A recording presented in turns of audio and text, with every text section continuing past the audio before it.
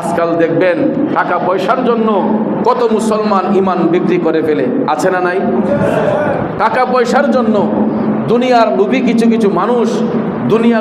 কিছু মানুষ দেখবেন অর্থের লোভে পড়ে এরা ইহুদি খ্রিস্টানদের এজেন্ডা বাস্তবায়নের জন্য এই মাথায় পাগড়ি, মুখে দাড়ি, তারপরে আপনার পাঞ্জাবি জুব্বা কুর্তা লাগাইয়া দেখা যায় পরিচয় দেয় মুসলমান, কিন্তু তাদের অন্তরের মধ্যে থাকে শয়তানি। এরকম লোক আছে না?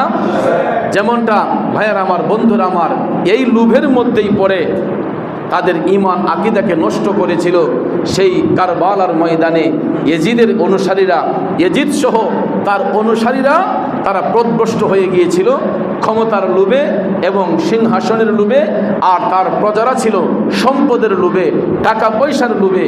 এরা ইমাম হুসাইন রাদিয়াল্লাহু তাআলা আনহুকে কারবালার ময়দানে রক্তে লাল করেছিল। বন্ধুরা আমার, এই রক্তে ভেজা মাস কারবালার মাস, এই মাস আমাদেরকে শিক্ষা দেয় যে ইমাম হুসাইন রাদিয়াল্লাহু তাআলা আনহু হকের উপর প্রতিষ্ঠিত ছিলেন, সত্যের উপর প্রতিষ্ঠিত থেকে তিনি কারবালার ময়দানে কতল হয়েছেন, শহীদ হয়েছেন। এরপরেও রেসালতের আদর্শকে বিকৃত করেন নাই, সত্য ইসলামকে কলুষিত করেন নাই।